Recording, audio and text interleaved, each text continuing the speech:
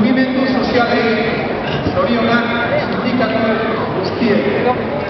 Daukagun erronka honi eutsi egingo dio. Zuek zarete grebaren protagonistak. Zuei esker erreferentzi sozialak bizirik dirau Euskal Herrian. Hau benetakoa da, eta gutxiesten duena oker dabil. Benetan zorionak guztioi. Gaur ere frogatu da asko garela eta handia dela elkarrekin egin dezakeguna. Jendea, gure jendea, oso haserre dago. Konturatzen da gezur handi bat antolatu dutela eta pairatzen dugun politika estatu kolpean sozial bat dela. Helburu bakar batekin kapitalari dena ematea. Bai, horrela da. Horrela izan da, gu jakin behar dugu indarra non daukagu.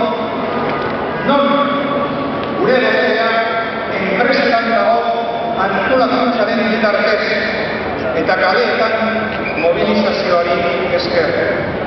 Politika, nahi ditugun politikak aldatitzaten ez dute nahi. Mobilizazio soziala ezinbestekoa da. Ez dago beste biderik.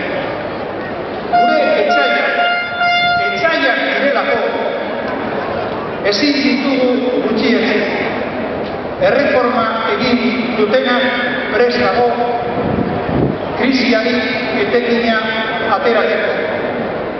Beste garaietan lortu ez dutena orain egiteko.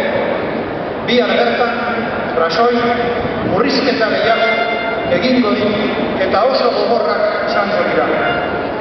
Kapitala, hemen dago kosta, kontrolpean ditu instituzio, erakunde eta partidu politiko asko.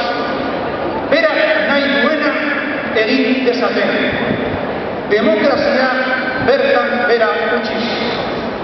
Krisia askotan esan dugun bezala, ez da ekonomikoaz bakarrik, politikoa eta demokratikoa ere bada.